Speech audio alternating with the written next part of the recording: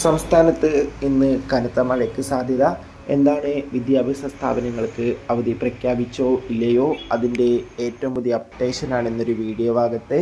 വീഡിയോയിൽ മുൻപേ video like ചെയ്യുക, ചാനൽ സബ്സ്ക്രൈബ് ചെയ്യാൻ വേണ്ടി ശ്രമിക്കുക. ഇന്നലെ രാത്രി മുതൽ കേരളത്തിലെ വിവിധ ജില്ലകളിൽ ശക്തമായ മഴ പെയ്തിട്ടുണ്ടായിരുന്നു. കണ്ണൂർ, കാസർഗോഡ് ജില്ലകളിലായിരുന്നു ഏറ്റവും കൂടുതൽ മഴ ലഭിച്ചുകൊണ്ടിരിക്കുന്നത്. ഇന്നത്തെ ഏറ്റവും പുതിയ കാലാവസ്ഥ അപ്ഡേഷൻ പുറത്തുവന്നിരിക്കുകയാണ്.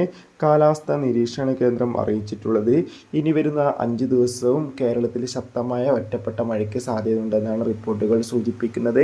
ഇപ്പോൾ ഏകദേശം 11 ജില്ലകളിൽ യെല്ലോ അലർട്ടാണ് പ്രഖ്യാപിച്ചിട്ടുള്ളത്.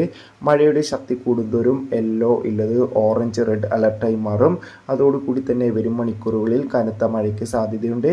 നിലയിൽ വിദ്യാഭ്യാസ സ്ഥാപനങ്ങൾക്ക് അവധിയൊന്നും പ്രഖ്യാപിച്ചിട്ടില്ല. അതുകൊണ്ട് തന്നെ എല്ലാവരും സ്കൂളിലേക്ക് പോവുക. കൂടുതൽ അപ്ഡേഷൻ അറിയാൻ വേണ്ടി ചാനൽ ഇപ്പോൾ തന്നെ സബ്സ്ക്രൈബ് ചെയ്യും.